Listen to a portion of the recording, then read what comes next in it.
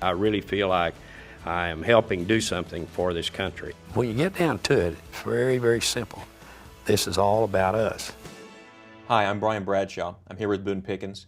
This is part of an ongoing educational series of videos about current energy issues in the world. Today we're talking about Saudi Arabia. Boone, thank you for being with us.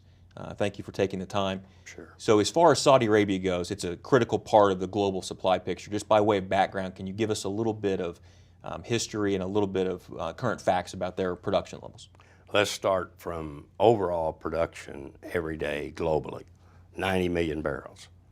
OPEC, which Saudi Arabia is a part of, a big part of, is producing 30 million barrels out of the 90. So they have 1/3 of the global production. Saudi Arabia is 9.3 million barrels a day, the largest exporter of oil of any country in the world. So they've been there a long time. They're very important to the overall supply picture. 9.3 million barrels a day is a lot of oil. But where does it come from?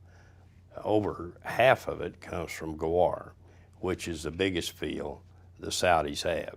That's been on production since 1951, and it's produced about 5 million barrels a day.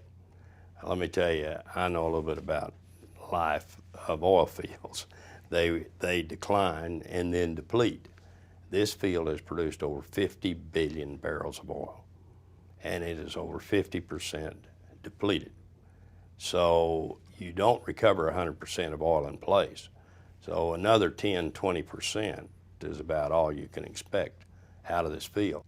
Boone, can you talk a little bit about the history of the Kingdom of Saudi Arabia? Because it hasn't always been the structure it is today. No, it wasn't. It was tribes. Saudi Arabia became a country in 1932. You didn't wipe out the tribal influence, of course, and you still have that influence in the country. But it's 27 million people. 70% of the population is under 30 years old, which gives you an unusual country, I'd say.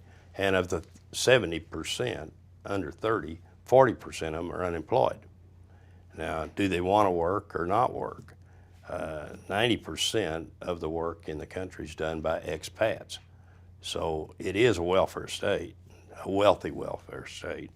But you had King Abdullah year ago, 2 years ago, had to come in and put $40 billion into the people in the country. I mean, it was a handout, is what it was. Well, that's going to have to continue. I mean, there'll be other payments like that. Every country that's gone through that process, we've seen their oil production go to almost zero for some period of time.